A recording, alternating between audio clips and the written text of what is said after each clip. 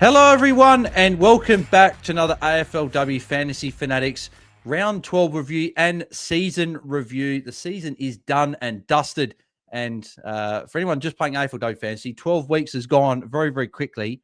But for people that have been doing men's and women's, what is that? What do we have? 24. So what's that? 36. So we had 36, so -2 because obviously overlap for 2 weeks. We had like 34 weeks of fantasy, been and gone if you did both seasons. It's been a long year, particularly if you're like me and didn't get a hat in either of the two. But I'm your host, Bales, and you can find me at BAILSDT across the socials. And joining me, as always, for the AFLW stuff. And as we have announced, he'll be jumping on full-time with the men's side and women's side for next season. It is Tom Hale's 2024 Men's Classic runner-up. Tom, mate, how are you? How was your final weekend of AFLW Fantasy for 2025? Oh, it's sad that it's all over. It's gonna be weird watching the finals next week without a stake in the game, rather than apart from cheering on my Eagles, to try and win our first final. Now we've made it. Thanks, Essendon.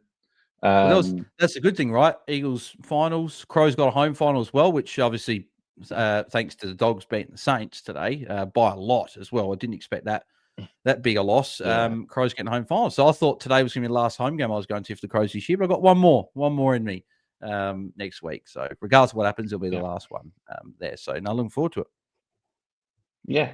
So ready to wrap it up. Give some fantasy awards for the year and wrap up fantasy content for 2025. Yep. Yeah, exactly. So people want to know what the format of the show tonight will be. We'll quickly do like our trades, weekend recap, plus and minus threes, all that sort of stuff. Then we'll do a bit of a quick sort of studs and duds for the games this weekend. And then we'll do a bit of a season recap. Our own teams will go through maybe a couple of good starting picks we may have made and sort of where the season may have gone wrong for both me and Tom. Because if you don't finish top 100, you sort of got to look and go, where did it go wrong? Why didn't we get top 100? And then we'll give some awards at the very end. And also a couple of players we got an eye on for 2026 about who we may be looking at potentially in the preseason. So, because me and Tom have been looking at that for a few weeks, knowing that we haven't been able to get inside the top 100. So, let's recap our trades for the previous weeks. Tom, what trades did you do for the final week of the season? Because I think you only made 2. I did. I held on to a trade kind of to see what happened this week, and then ended up deciding I didn't really want to do anything else. So I just did the 2 trades. I had Charlotte Wilson down to a 300k rookie on the bench, and I finally got Jenna Richardson out of my team for Emma O'Driscoll, who did absolutely awesome. So yeah, good trades. I did have one very poor player this week, who we'll find out very shortly, though. I should have traded out. Yeah. No, my trades like were okay. I was obviously trying to swing a little bit, being 132 points behind in the top 100, but unfortunately not quite enough in the end. So Laura Stone to Danielle Ponta, that lost me points. So that was brilliant. Laura Stone against North Melbourne. I didn't expect her to go as well as she did with the 66. And then Ponta was just stuck deep forward for the whole game, but had to go for someone that was going to potentially hit 100. There. Think about it now. Gemma Houghton would have been a good shout going for a 100th goal. That was pretty incredible, by the way, as well. So congrats to Gemma Houghton for being the first player to kick 100 goals after the siren.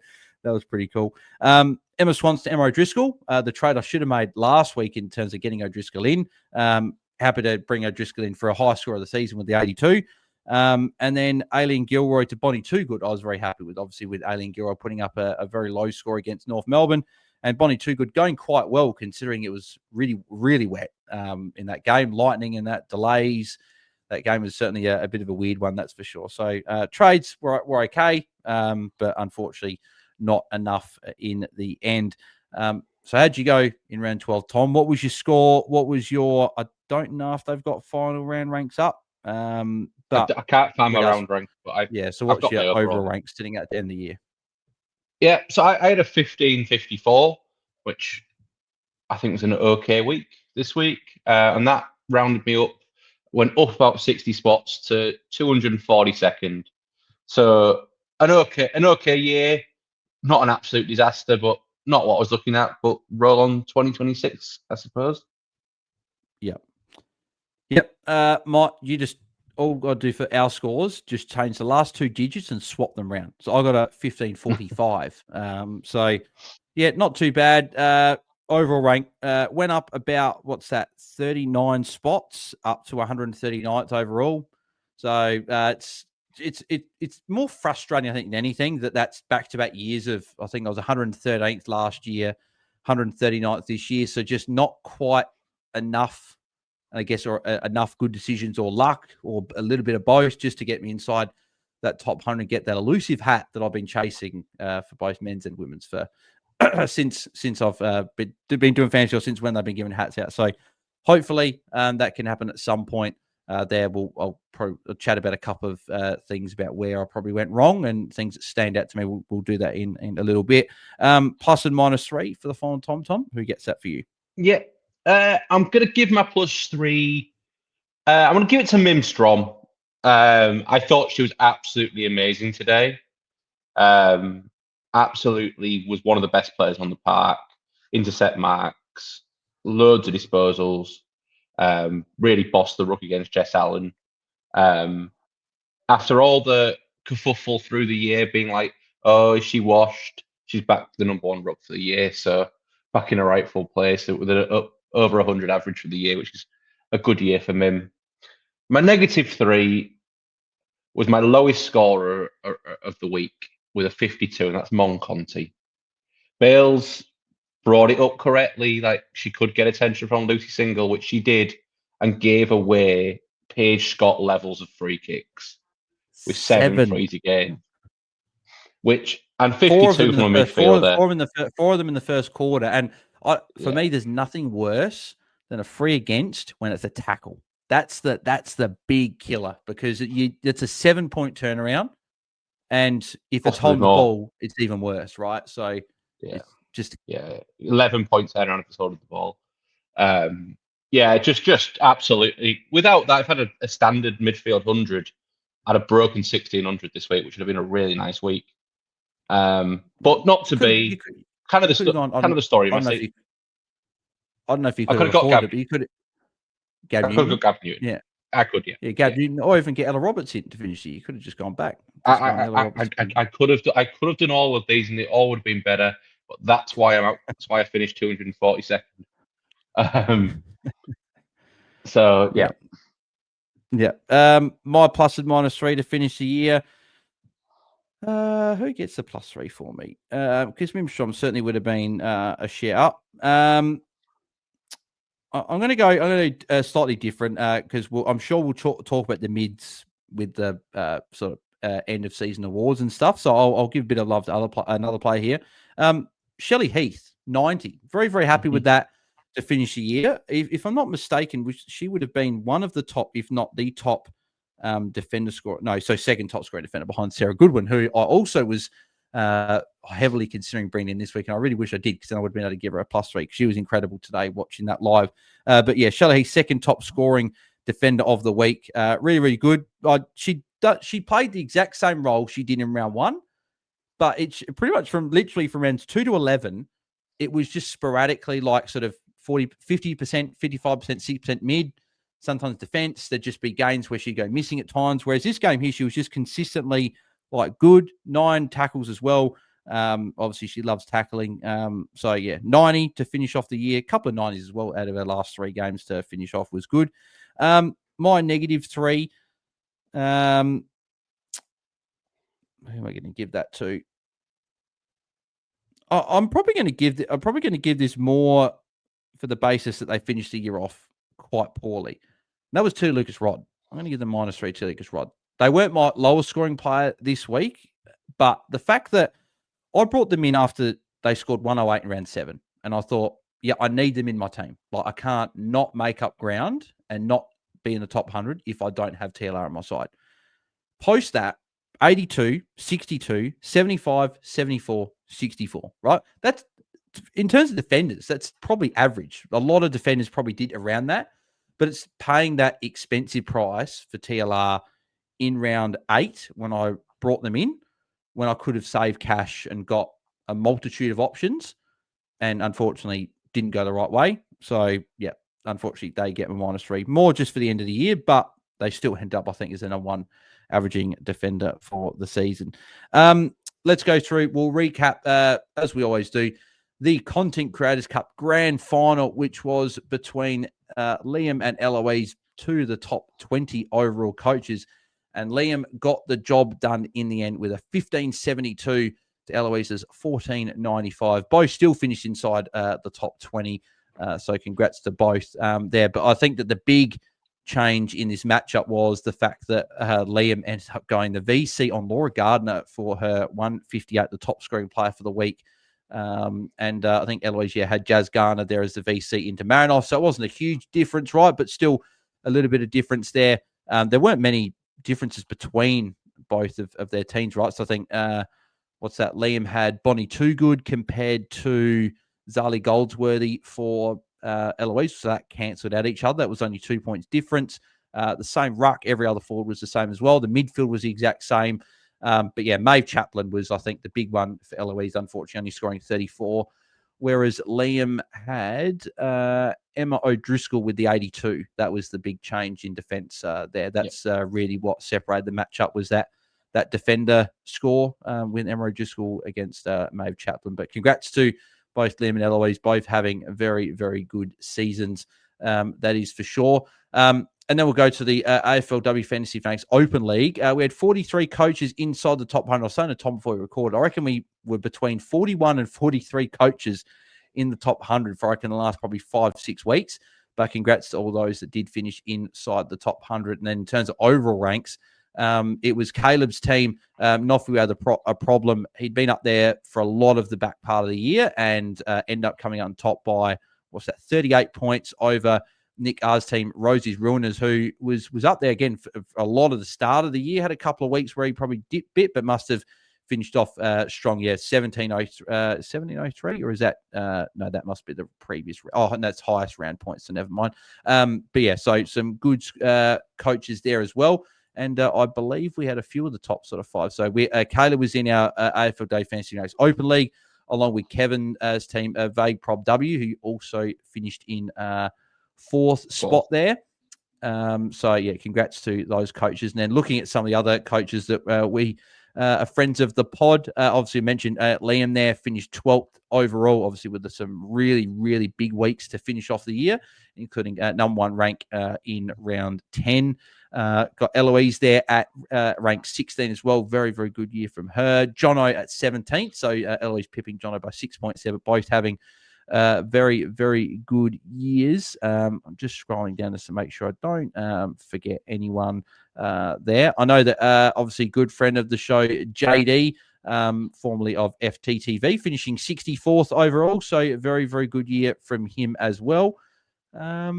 And I think that's it, unless I apologize if I missed up anyone sort of obvious there. But there's a few of the friends of the show that end up going quite well. So let's whip through these studs and duds the final time this year. Then we'll do a bit of a season recap following that. So we'll start off with the first game on Friday night, which was Hawthorn and North Melbourne, with North Melbourne winning a record break. I think it was 24th game in a row, if I'm not mistaken. Tom, you might have the exact number. Was it 24th win?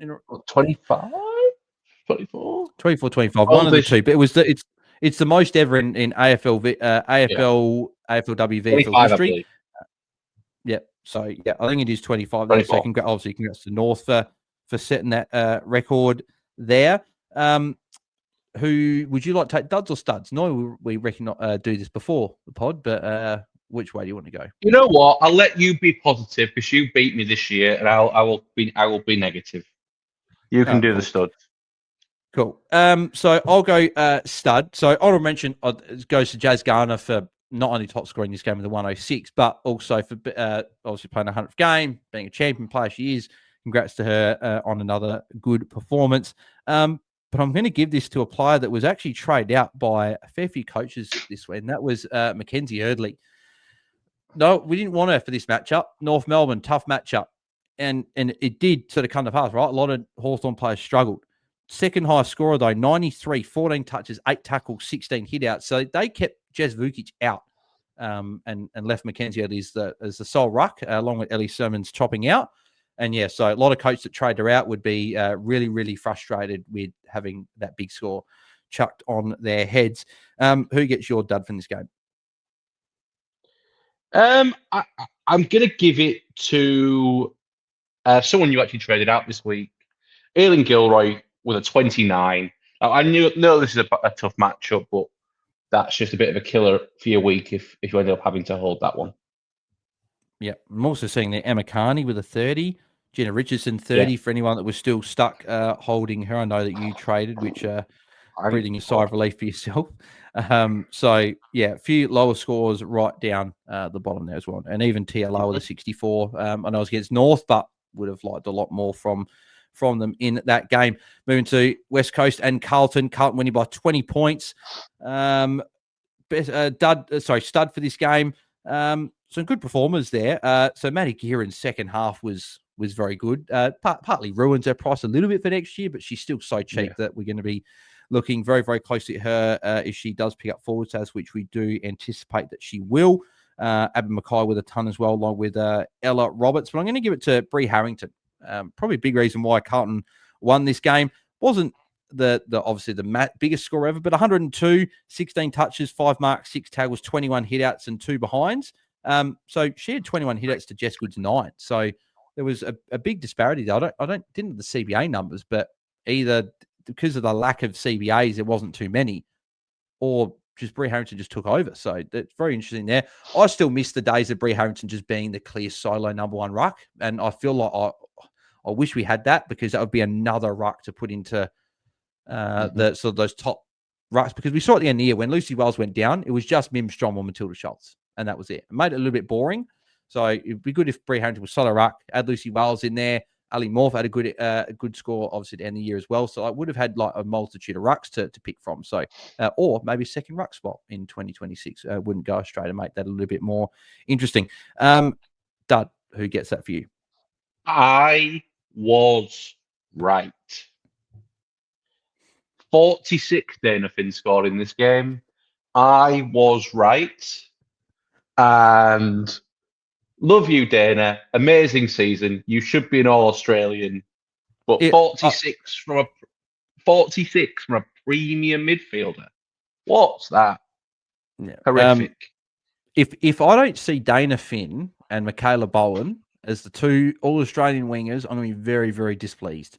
Yeah. Like they were the clear 2 standout wingmen, or wingers, I should say. Wingers. The 2 standout wingers. If they're not the wingers, and like we know what is going to happen. They're either going to put a couple of mids on, or they might put a couple of players that have got, I guess, more pedigree. I just think that it should be the best players in their positions, and I feel like Dana Finn was a clear best winger, and Michaela Bowen was probably the second best winger. So yeah, they have to be there for sure. But yeah, was there any negative 3 in this game? Gab Pound is going to be extremely cheap next year. 26, another horrendous score. Just lockdown role, no ball movement role for Gab this year. We'll see if that changes coming into 2026. Harriet Cordner, some people might have gone there. Notoriously very difficult matchup for defenders. Big sharp. West Coast. She was on mid-20s, high 20s early in the game. So she must have had a 26, really 26. She unfortunately had a 3-point second half.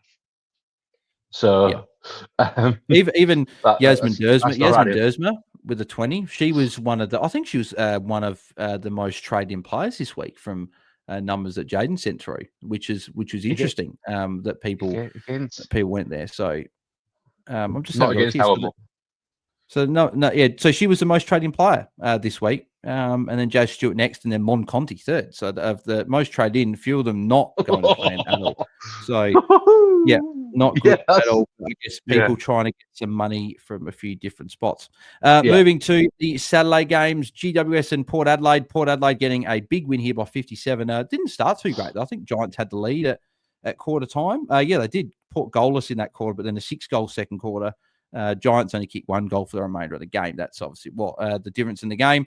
No tons here. And as we've been accustomed to, Tom, Giants games with Giants and Dogs players result in low fantasy scoring overall. There weren't many big scoring games involving both those teams this year. That's the trend I noticed.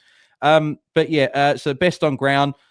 I'm going to give a shout to Zali Goldsworthy for one, with a 73 after thinking that she was going to be not only a trade out, but then a late out to come on and score okay, considering 73, pretty good, happy with that. Carrington McCormick, 74 was solid as well. Ella Heads, 86 was also very good if you went there. But I think I'm going to give best on ground. I will give it to Gemma Houghton, not only kicking the 100th goal, first player in AFLW history to do that, but 77 would have been a good pod if you'd gone there. I considered her a little bit, and probably could have maybe thought about it a bit more and gone 100th goal. Could have gone there, but at the end that wouldn't have mattered regardless. But 77 from a player priced under 600k if you went there with 4 goals, you'd be very, very happy with that. Some low scores here, Tom. So sure there'll be a few honourable mentions, and then who would get you dud from this game? So I think there's actually 2 main lower scores from this game that we're mainly upset about. And in AFLW Fantasy Fanatics history, the high scorer in the game is going to get a dud. Matilda Shorts is 88, was the highest score in the game, but in a position where we're hoping for 100+ scores, especially against Flair Davis and Elisha Dowd in the ruck, I just think we wanted a bit more than 88. It's not a horrendous score, but when that's a 50% effect ownership kind of decision, to only go that in a nice matchup is a little bit underwhelming. But the main one is Ash Woodland, 55. Had the 21 touches. In a 70, had the 21 touches, to be fair. Had the touches, but only 0 1 mark and 0 tackles. Bruce 3-footy didn't need to. We absolutely won the game by 50+ points. But to round the season out was her last game for a while as a forward. Just disappointing that she's regressed to forward scoring rather than the midfield scoring we've been seeing over the last few weeks. Yeah, that was only her second score below 70 all season. And the other one was in round 7. Fun enough, when we all traded her out. Yes, exactly. So I'll be mentioning that a little bit later on as well. But yeah, Matilda Schultz was on 60 at halftime. 28 point second half is just not going to cut it. Like, I was worried at halftime going, here we go. Matilda Schultz going to go massive. I could have had her in, but I didn't get her.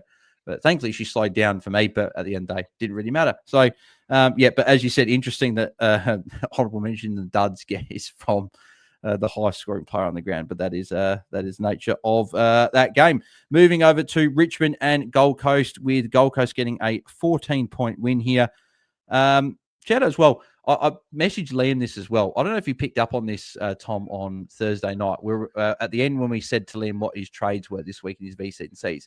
He said he was trading in Grace Egan, and I knew that he was talking about Holly Egan. Holly, he got it mixed up, right? But Grace Egan would have been a good trade in. She's got 102, so she was she actually performed really, really well there. So I'm probably going to give her best on ground, to be fair, especially hearing about all the stuff that she had to deal with before the season started. So that's a big reason why she started so slow, just trying to work up. And that's why I was sort of wondering what's going on. Like, have a bit of a read if you haven't had a read on the AFL website, wherever you read all your stuff, because it was certainly very, very interesting. Tough time, that's for sure. But no, ending off on a high, Greg. And then Charlie Robbo as well was also very good with a 105. She'll be someone that I think we'll be looking at quite closely starting with next year being a little bit cheaper. Who gets your dud? I think I know where this is going, but who are you giving it to? Monique Conti. Premium midfielder, some people said. Great matchup, some people said, especially people who live in Perth who do this podcast. Said it was a great matchup and a good pick. 52. Move on. Rubbish. Doesn't deserve more airtime. Rubbish. Move on. The other one that also shout out to all the Gold Coast defenders who managed to have a shocking day in a really nice matchup. Yeah. Well, I was going to say the one that wasn't having a shocking day was Katie Lynch. She's on 39 Yeah. points with about 3 minutes to go in the second quarter and got right up with concussion. They think that happened in the first quarter. I think she collided with another defender. So, yeah, that sucks if you brought her in because she was looking like she was on for a pretty good score. But, yeah, it's a concussion ruling her out.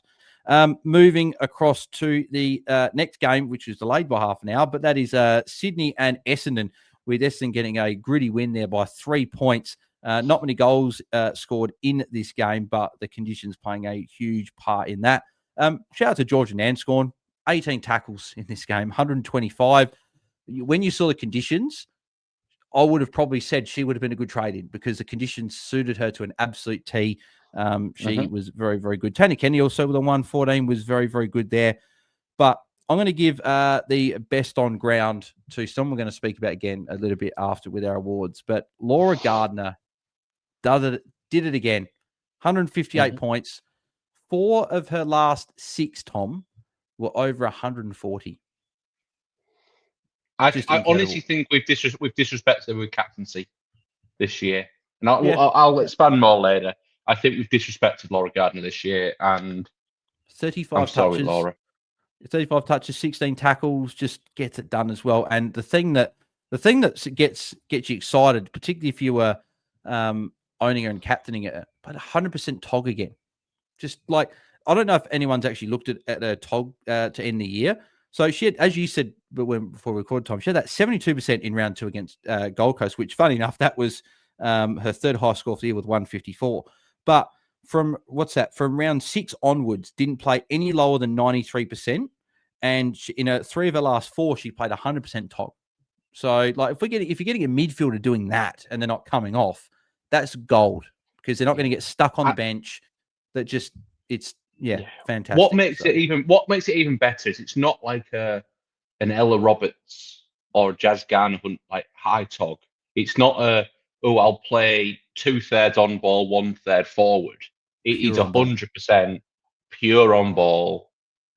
Like, just follow the ball around, and I think that's why we've seen the ceiling. She's her points per minute would be similar to the other guns, but because she's playing more minutes, she's getting those higher scores. Absolutely amazing year for Laura, and quite rightfully the highest averaging and scoring player of AFLW 2025. Yeah, I was hoping you weren't going to say that, so we touch on it a little bit after. But that's okay. We'll touch on it again after. Who gets your dud here? Who gets your dud here? Because there's not too many poor scores here. A lot of the it's a good fantasy did their job. Yeah, good fantasy scoring game. I'm going to give it to Beck Privatelli, and it's really harsh considering the conditions did not suit her at all. But she was an option as like a looping forward to bring in a cheaper price, and to only score 16, not particularly ideal. But the conditions didn't really suit. Apart from that, everyone else kind of did what you'd expect of them. So exactly. That's about it. Moving over to the Saturday night game, which was Geelong and Melbourne. Melbourne winning by 14 points. My bad. Shout out to again some good scores in this game here. So Georgie Prasparkas, 128, very good. Her highest score of the season. She gets an honourable mention there. Tyler Hanks, 127, end off with a very good score there. Nina Morrison, 108, was also a very good score. Shelley Heath with a 90. Even Kate Hoare as well, like 92. She only had 12 touches. She was on 79 with 8 touches because she had 5 marks and 9 tackles. If I own a player and they've had 8 touches, you better believe they're on about 16 points and they've had 8 handballs and nothing else. It's sort of the way it works. But yeah, to be on 79 with 8 touches was pretty incredible in itself there. But I'm going to give the best on ground to, again, someone that it's a shame that they're a midfielder in fantasy, right? And they're not going to be anywhere else because they're playing a wing, right? But Michaela Bowen has had a very, very good year, and she ended off with 131, which was her highest score of the year. But I'm looking here, she had a couple of like 60s there, but like she had a number of tons throughout the year as well. Really good scores, just really consistent. So if we had a wing spot in AFLW Fantasy, you better believe she'd be one of the most selected players there. But yeah, just shout out to her. And I was tossing up whether to give it to Bowen or G-Prez because G-Prez high score. So I guess they can both have, but I'll give it to Bowen for having just such a consistent year. Who gets your dud from this one? It has to go to Maeve Chaplin. 34 from a premium defender is just putrid. The return of Sarah Lampard has absolutely destroyed Maeve Chaplin scoring. Whether that is a consequence or a coincidence, I don't know. But Lampard returning has knocked Chaplin's scoring off a cliff. And in the final Paxi Paxman quarter four. If anyone was watching me, if anyone was seeing me smirk when he was talking about Chaplin, I wasn't actually smirking about Chaplin. So just to be clear, I don't want anyone thinking I was smirking about Chaplin. It's because I looked at the score in the last quarter. I knew this was coming, so that's why I was smirking, just getting ready for it. So without doing far away. The final Paxi Paxman quarter four update of the season. In true Paxi style, they finished with a 2-point final quarter, which means the top scoring final quarter in 12 games was 11 and reached double figures that only once. Do they just go home at 3/4 time? Q on rack, let's go home. Like, yeah. Yeah. So love you lots, Paxi. Yeah, I'm sure there was a lot of people seeing me smirk, and they're probably thinking, "You didn't know Chaplin. That's you were smirking." No, I was getting ready for when Tom was talking about the pack. We had a pack that every week, so we love it though. Not a good finish on the last quarter. Moving to the Sunday games, only the 3 games here on the Sunday, but first one was Collingwood and Brisbane. Brisbane winning by 20 points. Get another one of those games, just no tons. And one score over 90. So it's you got to sort of comb through the top scorers and see where you're going. Ellie Runnels had a good end to the year. I think you mentioned she went 89 and a 116, I think, in her last 2 games. So very, very good end to the year for her. And Courtney Hott as well, another save. She wasn't looking great for 3 quarters, but ended up with a 33-point last quarter to end off with a 70. So very happy she got there. But best on ground, it's going to go to probably the form forward of the last month of the year. And that's Charlie Mullins. Did it again. 87 points with 25 touches. And I do want to chat a bit about her after when we look ahead to 2026 because she's going to be cheap based on how she ended the year if she keeps forward status. But yeah, 87, amazing trade-in, right? And who would have predicted 4 weeks ago, except Will, because Will knew this was going to happen, that she was going to be the top averaging forward over the last month of the year at under 700K.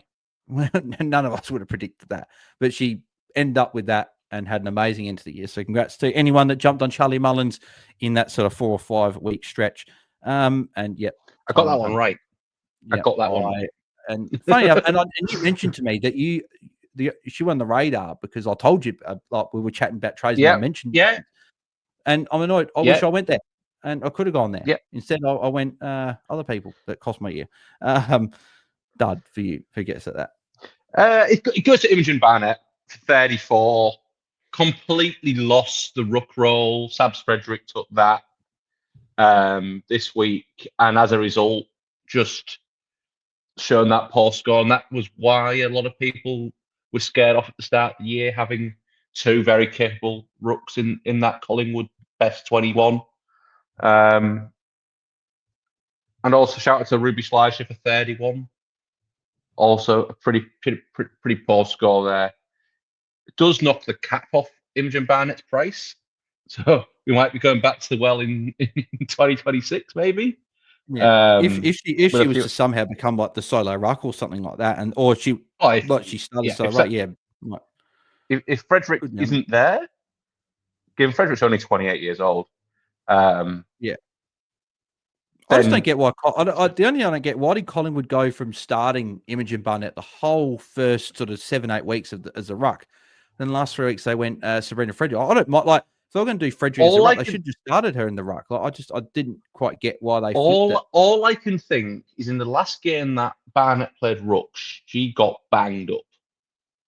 She took 2 or 3 knocks at various points through the game, and maybe she was playing a little bit sore and couldn't get around the ground like she wanted to. But they needed her to play, so she just played forward and pinch hitted it in the ruck. Yeah.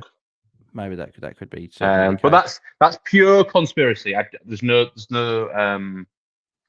sources behind intel. that. Yeah, no inside intel for Tom. Moving over to the second last game, which was St Kilda and the Dogs, with St Kilda going down by 45 points there. They still made finals, but Dogs certainly given a bit of a beating to end the year. Again, I mentioned Giants but Dogs are the worst when it comes to fantasy games. There's just no points scored. The top scoring player in this game was Serene Watson with a 76. Like, part of me just wants to, I'll just give it to her because she's best top scoring player, but I won't. I'm actually going to give it to Sarah Powsey, who ended the year quite well. She was a name that was talked about in pre-season as a potential starting option. Had some okay scores to start the year with a 50 and 64, but went missing a few games. They played a 44% TOG in round 3, 55% TOG in round 6, 50% in round 7. Like, she put up some decent enough scores in low TOG, but ended the year with two of her only 3 games over 70% TOG, 84 and 74. So just a name potentially if she gets that boost in TOG next year, maybe a bit more responsibility in the midfield. Maybe we look at her as someone as a bit of an underpriced option to start with, priced at 50. So just a name to put there. So I'll give the stud to her for this game here. But Serene Watson as well, honorable mention for just top scoring. But 76 top scoring, you almost have to be the lowest. I wouldn't be shocked if that was the lowest top scoring player in a game, like in any game this season. I don't know if I've seen that all year. Someone at least went 80, but anyway, who gets your dud here? Because if there's only one, if there's no scores over 80, you mean there's definitely a few that went under. So yeah, who's your dud? Yeah, Serene's the only player to go over 20 touches as well. Like, super windy. RSEA Park, super windy, super tough conditions. -3. I've got a list. The least minus of the -3 of the duds is Alice Edmonds. The green mile to end the year really hasn't eventuated for Alice. Kind of lost the high tackling start to the year that she had, which was really boosting her scores. Still getting the hit outs, but not the tackles. And the other two I want to mention is Jessie Wardlaw. I thought she was everywhere in the first half. Then when the Bulldogs got on top in the second half, got nowhere near it for 39. And she had a 6-point last quarter, so 10 points in the second half, 4 points in the third, 6 in the last. So it was on track for a decent enough score, but that second half was just not good. Yeah. I'll also mentioning Britt Gutnecht, 33. Someone who's entered my team this year, but that ball didn't go into the. So she scored that. She was on 23 at quarter time. Yes, she had a great first quarter. Top scoring play in the first quarter. What a weird game. I didn't watch. Obviously, I was on the way to the Crows game, but far out. Yeah, it was a weird game. Yeah. So final game. Who gets you? Who got your official dud? Because you're Jessie Wardlaw. Jessie Wardlaw. Jessie Wardlaw for a 39. Because she was someone I didn't actually mind bringing in. Had the ceiling that could have had a big game to end the year. So, I like that. Yeah. And final game of the regular season was Adelaide and Fremantle, with Adelaide getting the job done by 12 points. And it was fantasy feast for a number of players in this game here. So, shout out to Noffy, 131. Like, I think it is definitely feasible to say that she could be underpriced to start next year, priced at 127.8 because of the way that she started the year. She had one score above 120 in her first 4, but then from round 5 onwards, it was pretty much like the Noffy of old. Had like a good 4-week stretch, 118. 4-week stretch of like 165, 143, 135. And I stuffed up then. That was a 3-week stretch, not a 4-week stretch. Yeah. Anyway, good 3-week stretch there. Then had a 3-week underwhelming stretch of 110, 112, 115, Richmond, West Coast, North Melbourne, which would have thought a couple of good scores there.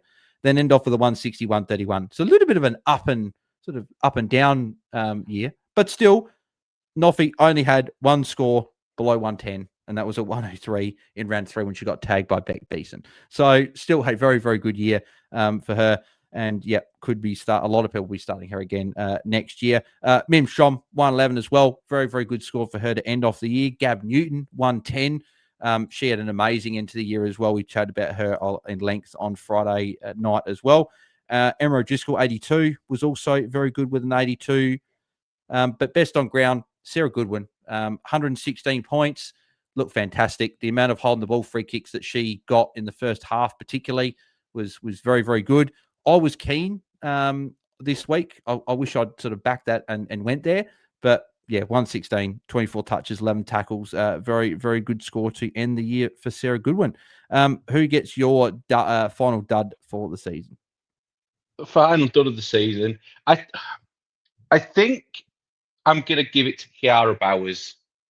That's fair, yep. To only score 18, quite a good matchup against the Crows, where her midfield counterparts, Newton, Strong, both went 110 plus. Only 12 touches and no marks. I think this was the game which has passed the mantle. Like Kiara Bowers will still, if she plays on next year, she will still be a good pick, or good player, good scorer.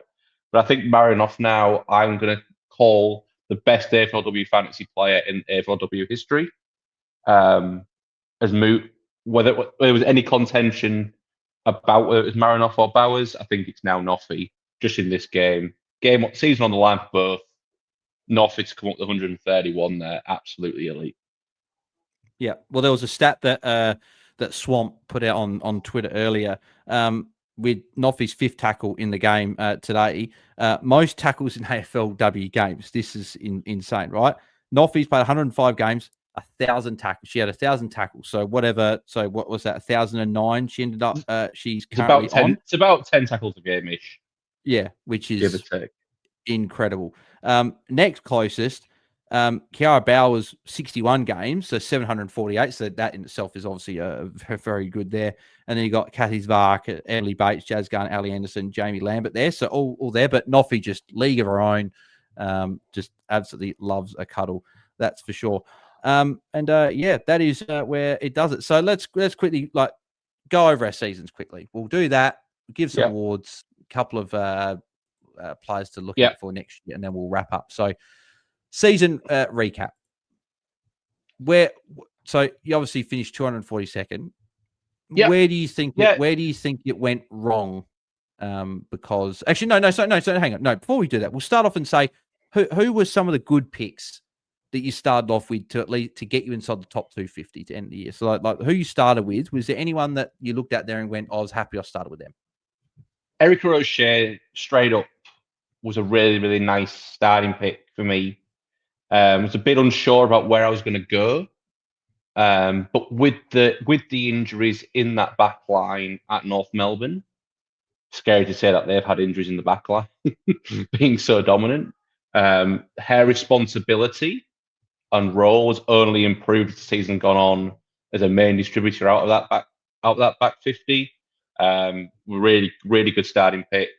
To nail Montana Ham, as kind of, she wasn't like a layup pick, was a little bit unsure on her role, but to actually have confidence to go with it was also a pretty good pick. And also going Matilda Schultz in the ruck, making that decision, thinking that she's going to have that breakout year, having no competition in that ruck was also a good decision. What I did with her throughout the year, less of a good decision, but starting with what's a good decision. What about you, Bells? Neve McLaughlin was one that started off with her.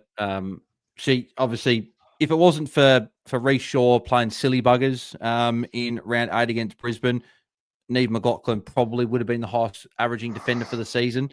If you take away that 24, so actually I'm just curious, if you took away that 24 from her from an average. What would it be? So I'm just quickly doing the maths here as we speak. So she would have had an average of 83.9. I don't know, was that enough to overtake TLR? You've probably got it there, Tom, because I know TLR was the number one averaging defender. Sorry. I can get it. I can do it. Give me 2 seconds. Sorry, yeah. My partner just came in, and next door's having a domestic. So, okay. So if she didn't have, no, I worked it out. I worked it out. I was just saying what was TLR's average, because I got 82. Yeah, so yes, and Ian McLaughlin would have been number one averaging defender with 83.9. So that so to start with her in the 600s and get essentially the number one defender for the year was obviously very, very happy with that pick. So I think Serene Watson in the end as a season-long hold was a good starting pick there, even though I wanted Charlie Thomas to start over with, but I'm glad I couldn't have afforded her because I got the better pick. So yeah, very, very happy with her as a pick. I think Laura Gardner for me, starting her. I don't know if a few people did, right? But she wasn't as highly owned to start with. A lot of people went Charlie Rowbottom and the North duo. But to get the number one averaging midfielder was just, very, very happy to have her for the year. And I think Ash Riddell was also a same mold, very, very good starting pick, averaging over 100 or 121 essentially. Very, very happy with that. I would have said started Matilda Schultz, but I traded her in round 3 anyway, or round 2.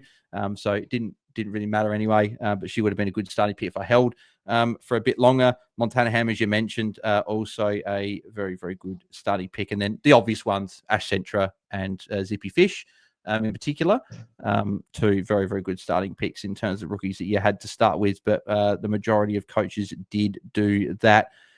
Now, where did it go wrong?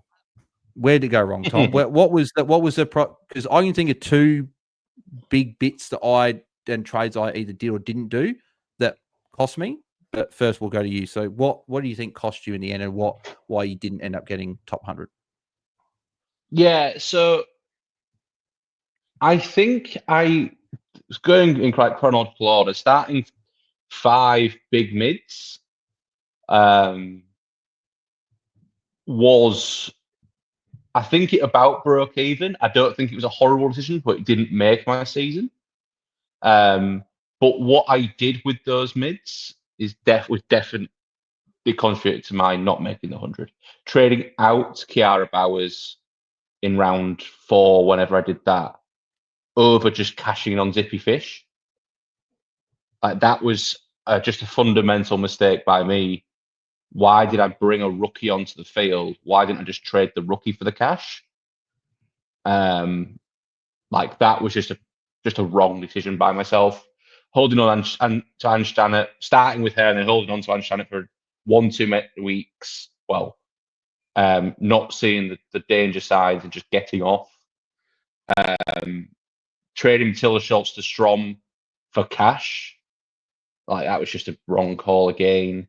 And then obviously you're going to mention the lack of edit trade button and the issues that caused for you, but it also happened to me. But I think there was some fundamental decisions this year, which means why I've been out of the race for a hat for the majority of the year. Yeah. Well, you mentioned one of the 2 things where it went wrong was, I think it was round 3. You mentioned, as you said, I did the same thing. I traded Cara Bowles out instead of trading Zippy Fish out. And if you go back to like Fantasy 101, like you don't trade your premiums, but particularly to bring a rookie on. I know Zippy Fish has been great, right? But she was a straight mid. She was never going to average 100. Whereas Cara Bowers had a lower score against North Melbourne, which we probably should have thought about. We did, right? But then we still thought, let's be a bit. I'd probably say I probably went a little bit cute, trying to go, let's do this, restructure around that. But I would have had 100K less trading Zippy Fish out instead anyway. And I would have probably still done the similar trades and it would have been fine. So that was a big blunder because then I had to pay 1.5 for Bowers. I didn't get, I think Bowers had like a massive score in one of those games I didn't have her for. So what's that? Yeah, she had 164 against the Bombers, which I didn't have for. And she went 127 against West Coast as well the week before that. So To be honest, even if I just moved that trade, I would have finished top 100. Just removing that, right? But for me, the big thing that I think sort of not just cost me, but where my season sort of went was round 8, and the lack of edit trade button is a farce, obviously, for one. But yeah, Woodland to window was I've mentioned in the men's pod when I went cherry down to Jordan Sweet and how that trade completely ruined my season. And it's like one trade shouldn't ruin your season, but it did. And I feel like it did this year with AFLW because it wasn't just the trade I did of Woodland to window. It was the chain reaction of that. It was getting rid of Woodland, who was a top scoring forward. And the weeks I got rid of her, I think she went 83, 93, and 97 or something along that. So she went 3 really good scores. Then I had window, I kept her. She scored a 7, obviously getting injured early, concussed, fractured cheekbone and out. And then brought in Hodder for window the following week. And then she was a laid out and I didn't have any cover. So I had 56 points combined from 3 weeks for my F4 spot, let's call it, right? If there was an edit trade feature, even for just the Hodder situation, I would have brought Charlie Mullins in. She played the same game. I would have just pivoted there. She was one of the only options to go to. And that would have probably, even just editing that trade alone, probably would have got me a hat. But editing window out when she was laid out and doing another trade, and that may have been Neve McLaughlin. Did she play? I'm trying to think of that back to then. Did Neve McLaughlin play before or after? Because that was the same week we talked about trading her out when she scored the 24, right? I'm just having a quick look. So round 8, no, Port played after that, so I wouldn't have been able to edit anyway. But anyway, still, right? That being annoying. And then also intertwined with all of that, I brought Maddie Gay in, which got an 89, which is fine, but that was a forced trade the following week. So it was multiple forced trades, chain reaction continuing to go down. I feel like that then lost me a lot of money, window going down, which meant I didn't have enough cash for that F6 spot, which meant I just had some poorer scores to end the year at F6, which again, probably was another reason it cost me. So AFL Fantasy has to AFLW Fantasy has to put in edit trade next year. Like, it just can't not. And I know I'm not the only one. I know Eloise got burnt a lot by that, and she probably would have been in a Hilux chase if it wasn't for the edit trade. So there's that. There were people probably that cost them a hat as well. Probably cost people a top 10 spot. Like, I'm not the only one. I guess I'm just talking because I'm chatting now. That was just a massive thing. It seemed to be this season in AFLW, there was a lot of big name late layouts. Back half I don't know of the if year. that just First half of the year wasn't. I don't think there was many, but back half of the year, pretty much from round 8 onwards, when window was out, we saw a lot of teams like that, like Ella Roberts, Brett Benici this week, Courtney Hodder. Like, there was so many. And this is why I like rolling lockout with an edit trade button. Like, I'm talking across the men's and the women's game now. I'm a big supporter of being able to pivot to decisions and not. If we had a Thursday lockout or a Friday lockout, the amount of donuts that would have cost people cars and hats through zero chance of information. Like, no one knew Ella Roberts could have been a late out last week. Nobody knew. Yep, no one knew Piper Window was going to be laid out the first time. When she was out. No one knew Hodder was going to be out. And again, I think it also comes a little bit back to injury reporting for these teams. Like the window one, I remember they said they knew on Friday afternoon that she was going to be out. Like, why not name Friday afternoon when the Sunday squads are trimmed that she's out? Courtney Hodder, apparently, so they knew. So I think she did Friday at the captain's run, and it got worse on the Sunday. But I don't know. I know we're not in American sports, right? But I know following NBA and NFL closely, they need to do a daily injury update. I'm not calling for daily injury updates from AFL, right? But they have to put, if a player misses one drill, they're listed on the injury report as a limited participant and then they might be a rolled ankle in one drill and they come back in. I'd like to get to a situation where we know if a player is dealing with some little niggle. Whether we get there or not is probably not, but that's another thing. Is injury reporting is also not just for AFLW, for the men's as well. It's pathetic. Injury reporting is pathetic. It's one way or the other. To me, he had no injury reporting, and that's just part of the game. But the fact we have injury reporting and players are on the injury report and then are out. Was it Bree Conan was one as well? That Bree Conan was one that wasn't on the injury report, but then was laid out and then listed the following week as a hamstring. It's like, but where was the communications that she was even injured? Yeah. So we'll move on before we. So exactly. So 3 hours. yeah, exactly. So, but yeah, I guess they're probably the main things we probably that went wrong there with our teams. But yeah, I guess we'll get into some awards before we wrap up everything. So fantasy MVP. So I'll quickly touch on the fact that obviously, firstly, thank you to everyone that votes weekly on the Instagram MVP vote. It means a lot. Everyone going on there and clicking who you've been doing as well. Had obviously a few players there, like mainly Lucy Wells and Kara Bowers in the same week, both voted there. So appreciate. It's always great when the players do vote there as well. But the player that had the most MVP games this year or rounds was, no surprise, Laura Gardner. She had 3 of them, and I highly anticipate that when I do the poll tomorrow or Tuesday, she'll also get this week. So she'll have 4 of the 12. So she had a third of the MVPs weekly for this year, which is incredible. Also believe so. I think it was Ash Riddell had. I think she had 3. If I'm not, she might have had. Actually, no, she would have had 2. I think, which that was towards the start of the year. Yeah, so she had a couple. Jazz Garner had a couple as well, and I think Noffy ended up having 2 as well. So it's sort of spread out with the other 8, but with Gardner having 4, she was great. But I think not only that, I think she gets the AFLW Fantasy MVP as well. I think, Tom, you would agree with that? 100%.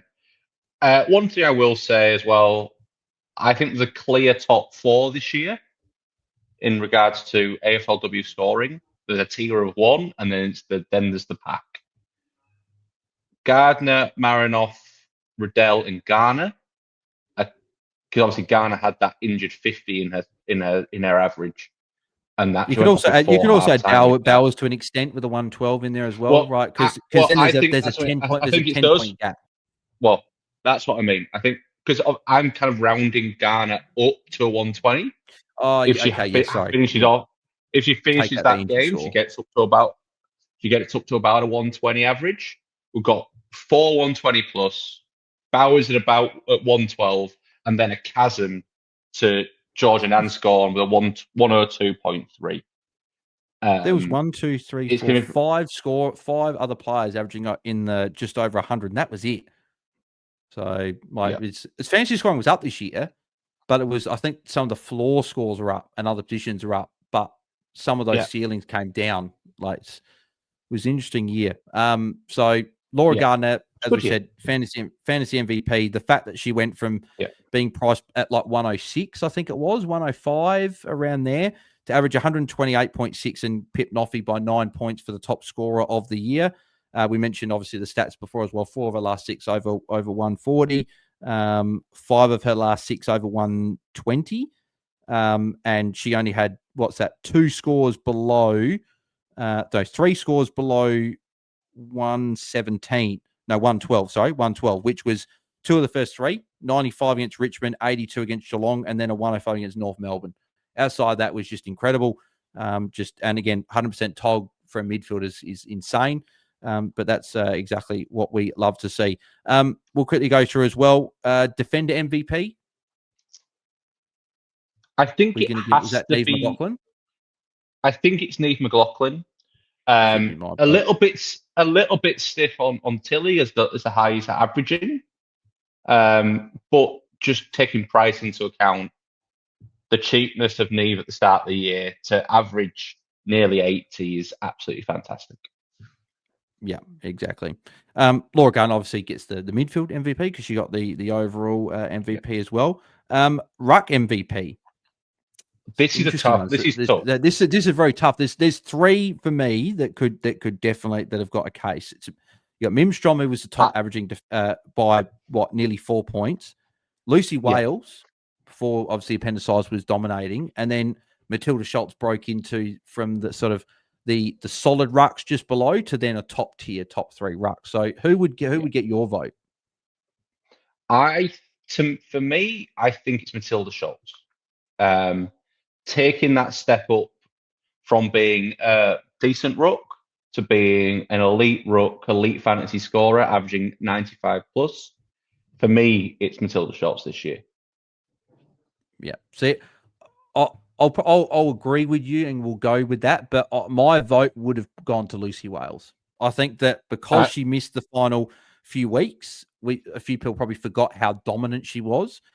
She scored a 62 against Gold Coast, and I don't know if she may have been dealing with it even then, maybe or not. But she had a 122, 131, 123 in a 3-game stretch against Collingwood, Geelong, and Freo. So really good scores there. Started off with a 69 against Brisbane in round 1, but then went 103, 93, 80, 98, and then the 3 big tons in the lower score, and then was out for last 3. So I would say Lucy Wales would be my vote, but I think we'll give it to Matilda Schultz because she played more games and because they were so close, right? So we'll do that. I think the lack of games made me go for Tilly. Yeah. And then the forwards, who gets MVP here? I think Montana Ham gets my vote. Yeah. For me, it's Montana Ham. Shout out to Ash Woodland and Courtney Hodder. For absolutely fantastic years. Good to see Bonnie's back as well. But for me, it's Montana Ham, just as that breakout year as an elite fantasy scorer. And it's a shame she's going to lose that forward status for next year. Yeah. She'll go into fantasy obscurity. Unless we get DPP, which maybe does she get enough forward to qualify for both? Because Montana was the second highest averaging forward. Zali Goldsworthy was obviously the number 1 averaging forward, and if you take away the injured 47, she probably averages over 90, which on the face of it, you could probably say, well, she probably gets because she was clear number 1. I guess it was probably just because we have such high expectations for Zali Goldsworthy that she had a 145 in round 6 against Sydney, but she had a couple of other low tons, but that was it. Like, she had a lot of 90s, a lot of 80s and 70s, which for a forward's good, right? But I think because we love Zala and we got such high expectations, it was probably like maybe around we probably expected a couple points more. But considering she was still the number 1 averaging forward, she still had a very, very good year. She's 21, right? She's going to be in our fantasy team for a lot of years to come, but probably not going to be a forward again next year. So maybe based on the pattern, we're going to get her as a forward in 2027, if that's the history is anything to go by. But yeah, Montana Ham gets our votes for sure. Next, Rookie of the Year. Is it Zippy Fish? I think there's 2 main ones in this. Shout out to Ash Centra's third.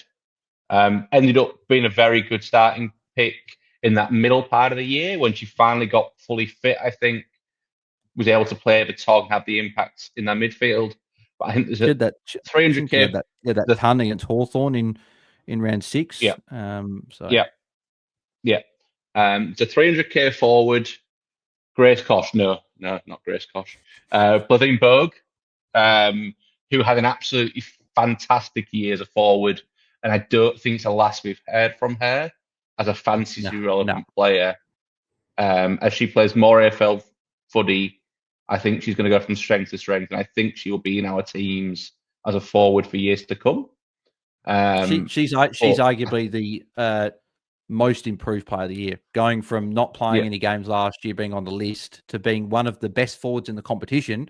She's not going to get the most improved because I think that's Indy Tahoe, just separate from AFLW Fantasy from football standpoint, to go and miss a lot last year with the knee, come back with the leading goal scorer, get you most improved. Or bounce back, whatever sort of you want to call it. But Blatheen Bogue would be probably next, is probably on my list. But yes, but number 1, I think you're going to say it is Zippy. It is Zippy. To make 500 plus thousand in 3 weeks to start the year just gave us all that leg up to complete our team super, super early. She got to 1.1 after that 100 she scored in round 10, just end off with a couple of lower scores. Yeah, thank you, Zippy, for those couple of lower scores. That makes you fabulously fantasy relevant next year as a defender. Would have been the second highest averaging defender after Taylor Lucas Rod. like by Ridiculous. 0.2. Like, Yeah. if she keeps that halfback role, she definitely will be very fantasy relevant for years to come. Yeah, exactly. Yeah, for sure. Now, you had two other listed awards as well you wanted to give out. We So can get your thoughts. I kind of wanted to give um, like fantasy breakout star of the year. So not necessarily rookie, but someone who's been on a list for a while, who has kind of been a bit of a journey player, but has actually like absolutely risen to fantasy stardom this year. I think like nominees for this definitely Neve McLaughlin. Yeah. Kind of was a decent defender for a while. This year really, really stood out. Another one, I know they had a really poor end to the year, but Imogen Barnett finally got that ruck role and became very, very fantasy relevant as a result of that. Couple of midfielders who have kind of been there and thereabouts for a while, but kind of got over that 100 average of Britt Bonici and Georgian Anscombe. Yeah. Did very, very nice. I'd add And Gab Newton as Gab well to Newton that. as well. Gab Newton Being as well. a defender last year, Yeah. being a mid. We know that us as fantasy coaches, we sort of put a bit of an asterisk next to him going, oh, you don't have that position anymore. We're not going to select you anymore. But being in the mids, absolutely. like per back half of the year was well over 110. She was in that that Kiara Bow was probably sort of bracket, not quite the 120 averages, but a little bit below. She was maybe underpriced next year. Yeah. And the final one I want to mention is Erica Roche. Absolute bit part player for North Melbourne for a few years, to come out, and I think she hit 915k at one point, having started in the low 400s. Absolutely great year for Erica.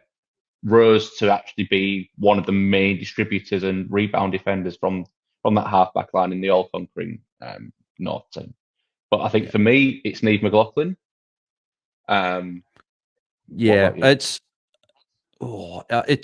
I think it's one or two, and we gave both of them the MVPs in their position. Neve McLaughlin and Montana Ham for me are the two that I find it incredible because Montana Ham went from injuries and were playing here and not having sort of enough games under a belt to being one of the Sydney's most damaging players and most important players, averaging 84, being the second highest averaging forward. But I think I'll go Neve McLaughlin because she, again, played a little bit longer and she got the co-captaincy this year and went from being a bit part sort of defender to being one of their main distributor out of the back line, going to the midfield. She would have been number one averaging defender if not for Reece Shaw's stupid decision in round 8 to put her madness to put her into the deep forward. I'll go Neve McLaughlin as well, but very honourable mention goes to Montana Ham, very close, very, very close second. Yeah, and the final award. I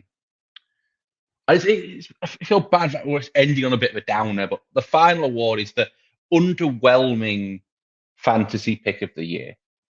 So the fact the player who in the preseason we were all up and about or was definitely fantasy relevant, who's had a really, really poor year and has like really dropped from fantasy relevance. I've got a couple. I think the number one for me, and I think a lot of people started it, is Ange Stannett, Fremantle. That's one that comes to mind for me. Yeah, that comes straight to mind. Like really, really, really poor season for Ange, and I think that just shows role is king. If you don't have the role, another one to go along that, another couple to go along that lines who ended up playing forward in Cynthia Hamilton and Grace Campbell, who last season played more up the ground and this year have played very deep on and really lost the scoring roles. And the other one I'm going to mention is Anne Hatchard. Just due to circumstances, unfortunately, lost that pure midfield role. Had to played very, very forward, and lost that 100+ average that she's basically maintained for the last 5, 6, 7 years. Yeah, it could be someone to look at for next year as well. Yep, I'd agree. I guess the other couple that I'd probably mention as well was Ali Anderson. Went from being again about 100, just over 100 averaging pass. She averaged 87 for the year. Just no massive scores, right? She went a 117 against North Melbourne, which is a high score, which is interesting in itself. The highest score was against the hardest team to score against. But yeah, her only 3 tons of the year came in a 4-week stretch. So ran 5 against North, round 6 against Bulldogs, 81 against Richmond, around 7, that ran 8, 101 against Gold Coast. Outside that, had a lot of 90s, a lot of 80s. So just a bit of a underwhelming year for Ali Anderson as well. Even like Maddie Prasparkas had a tough year as well. Average dipped down to 86. So a few of those midfielders that were averaging low hundreds, high 90s went down into the like the mid 80s. So whether that was just some players didn't quite get didn't adapt to the, I guess, the new rule interpretations and the sort of game style changes there. I still remember hearing Noffy talk about that mid-season, that she'd adjusted and took her a little bit, but few players you probably thought. And the other one I'll add as well, obviously I was very keen on starting her, didn't brought her in. Charlie Thomas, I'll put in the underwhelming there as a popular starting pick. She ended off great with a 77 and a 79, right? But if you were to take out those two, the fact that she was probably, we looked at her as a top 3 defender coming into the year, top 4, to average 65 with a couple of big scores to end the year that propped that up, is definitely an underwhelming year from her, that's for sure. So yeah, they're just a few underwhelming players there. And then finally, just to quickly mention, they're the awards there. So congrats to those players. If any of them are listening, congrats to you for winning those awards. Just a couple of quick names we'll jot down on the black book. So I guess you can say 2 names each position quickly, and we'll go through. So we'll start in defense. Give me 2 names quickly that you're looking at. 2 defenders. This is hard. 2 defenders that I'm looking at for next year. This is hard. I'm looking at Gab Pound. 5 games, average of 34.2 is going to be extremely cheap for next year. So I think that they definitely could be an option for starting pick, especially if they get a slightly better role than they have coming back in. And I'm actually going to say the person you've just mentioned, Charlie Thomas, priced that little bit cheaper. Maybe it took her start of the year just to find her feet and to for the Eagles to get that ball in her hands, which we want out of that back 50. But the thing is, she actually started all right. Like, she had her first 2 scores were 70 pluses. She had a 53 against St Kilda when Serena also had a difficult day. Went 73, 61, 78. But it was that end of the year, just like 58, 60, 55, 44, just like a number of poor scores. A lot of other West Coast players stood up back there. So, but again, agreed. She's 21, 22. So still plenty of time. She's co-captain as well. Certainly one I'll be looking at there. The 2 that I'm going to go for, I think that the obvious one that didn't play at all this year, Dizzy Darcy. She'll be obviously get the 30% discount from what she was. Just like, if there's a team I didn't want to play for, it'd be Gold Coast, because of what we saw with Neve McLaughlin, the shenanigans moving her role around, and we saw Daisy Darcy before she got injured. They stuffed around with her role too much. Just leave her at half back, play her as the main distributor. She's got the best kick of the team by far. Leave her there. Leave McLaughlin in the midfield / high half forward, rotating into the midfield, and that's it. Don't need to worry about it. So I'm hoping that's why they move Neve more up the ground, because they're like, Daisy Darcy's going to be that main distributor next year. So let's just play Neve a little bit up where she's going to play next year. So let's see. And then the other one is Maddie Gay. Obviously played only the couple of games this year, but struggled with the knee injury. Full preseason, she'll get that a lot of discount based on what she can do. And we thought she was arguably underpriced by a few points this year. if she was fit. So Maddie Gay for me. Just quick one. Chantel Edmondson as well, just another one. Didn't play this year. Pregnancy, she'll come back next year. Cheap. She was a pretty solid defender for us, so she'll be discounted a lot. So I think she's someone there. Midfield. The obvious one for me is Anna Hatchard, priced down about 80. If she can get that full midfield role back, I think she could be a really nice starting pick with 15, 20%, 15, 20 points of upside. Also, another one that I'm going to mention, if we hit the role is hers, is Maddie Gearon. Price about 60. She'll be a forward, probably, I would imagine. Oh, if she's a forward, even better. Even as a midfield price at 60, I think there's 25, 30 points of upside there. That could be a nice little M5-ish starting pick. Yep, they would probably be the two obvious ones that stand out as well. And I'm not going to go for any of the top ones, right? Because you could arguably say Noffy's are maybe 3-4 points underpriced, which is crazy to think, priced at 128. You could say Garner with the injured game is closer to a 120. Like Gab Newton went really big in the late part of the year. Ella Roberts to take another game to another level yet again. But the two I'm going to go for a couple of cheap players. One more of a breakout per se, and then one for bounce back after injury. So the bounce back after injury, Claudia Whitford. So average of 59.4 from her 5 games, which I think that just qualifies her for the average for that year. Maybe not. I don't know how it works, but she'll be cheap regardless. So Claudia Whitford, someone full preseason, I think she comes back and goes well. But the breakout for me could be Shanae Goody. We saw her play a lot more on ball this year instead of a wing. Average 62, had some really, really low scores.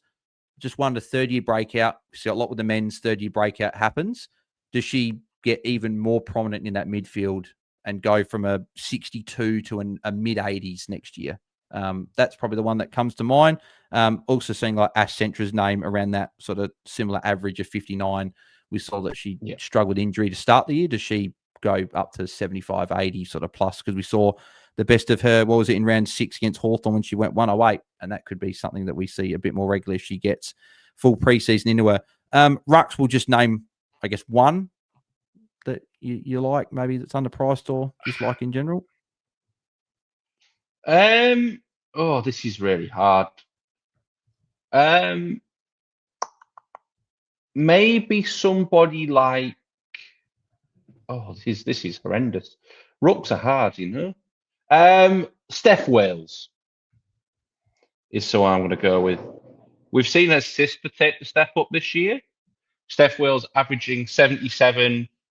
I think there's definitely going to be upside. I think she's going to be a very popular starting pick and has the ability to take that step up another 10, 15 points next season. Yeah.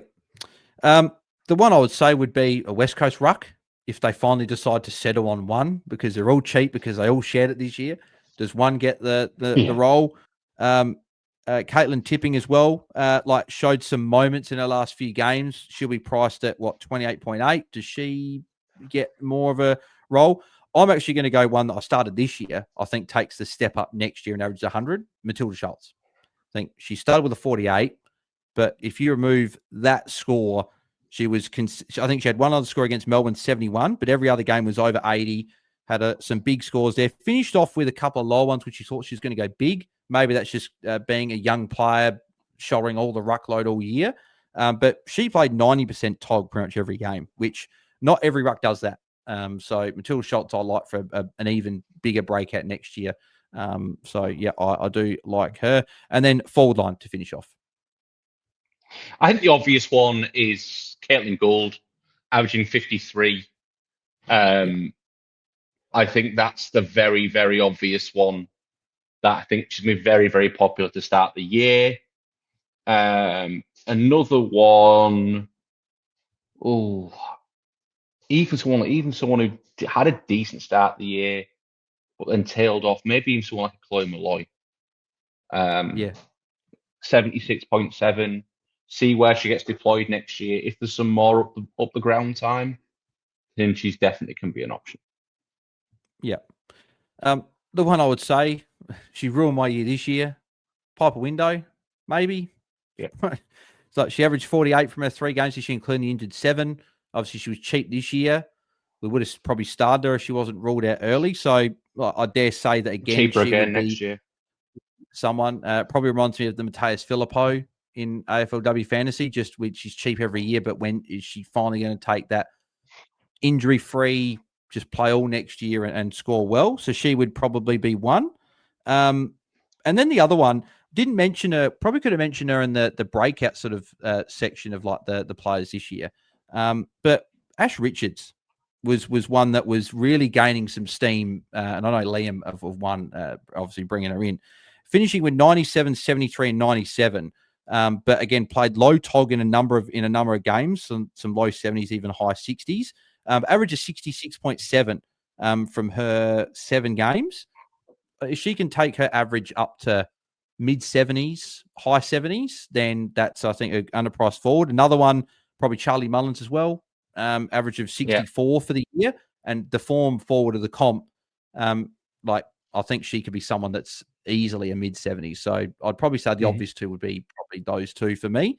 And then probably the other one I did mention for underperformer of the year was Alice O'Loughlin, by the way. She probably should have got more of a mention with that. She averaged 53 in the best team we've ever seen in the AFLW. And I know she had like the lacerated liver or something like that. She had in like round 7 or something. She came back a few weeks later, but even before that, she wasn't getting the scores. So so she had a bit of a poor year as well. So there's some names. Jot down on your list. Hope you guys enjoyed that little bit there. But that will wrap up the final pod of the year as well. We may be doing a little cheeky AFL fantasy pod at some point, potentially, shot one. But if we don't, this will be the last one until December. So it's going to be weird for me. I've done 1 or 2 pods every week since January. So have a little bit of a break off. But Tom, mate, once again, thanks very much for not only jumping on tonight, but jumping on for the full season. And obviously going to really enjoy having you on for both AFL and AFLW next year, full time as well. So that'd be good. But where can people find you across socials so they can follow you before all the action kicks off in 2026? Yeah, I'm on it to Tom_Hales_. And thanks for having me, Bales. Bales put so much work into this. He is the guy who does everything with the AFL Fantasy Fanatics. And honestly, this wouldn't happen without him. And he puts so much time and effort into this community and fantasy. And next year, he will win a hat if he can get out of his own way to do it. So yeah, absolutely love the AFLW season and looking forward to what 2026 has to bring. Thanks, mate. Appreciate that. Yes, hopefully next year is the Hilux. That would be nice, but just a hat. I'll settle for it. If I have to have a hat, I'll settle for a hat. I've been waiting for one for a long time. But you can follow me at BAILSDT across socials and us at AFL Fantasy Fans on X. But yeah, no, thanks everyone for another great season again. Congrats to all those that won hats. Congrats to Caleb as well, who won the Hilux as well. Congrats to everyone there. Obviously, friends of the show, as we mentioned them before. Obviously, Liam, Jono, Eloise, and JD as well for all winning hats as well. And having very, very good years.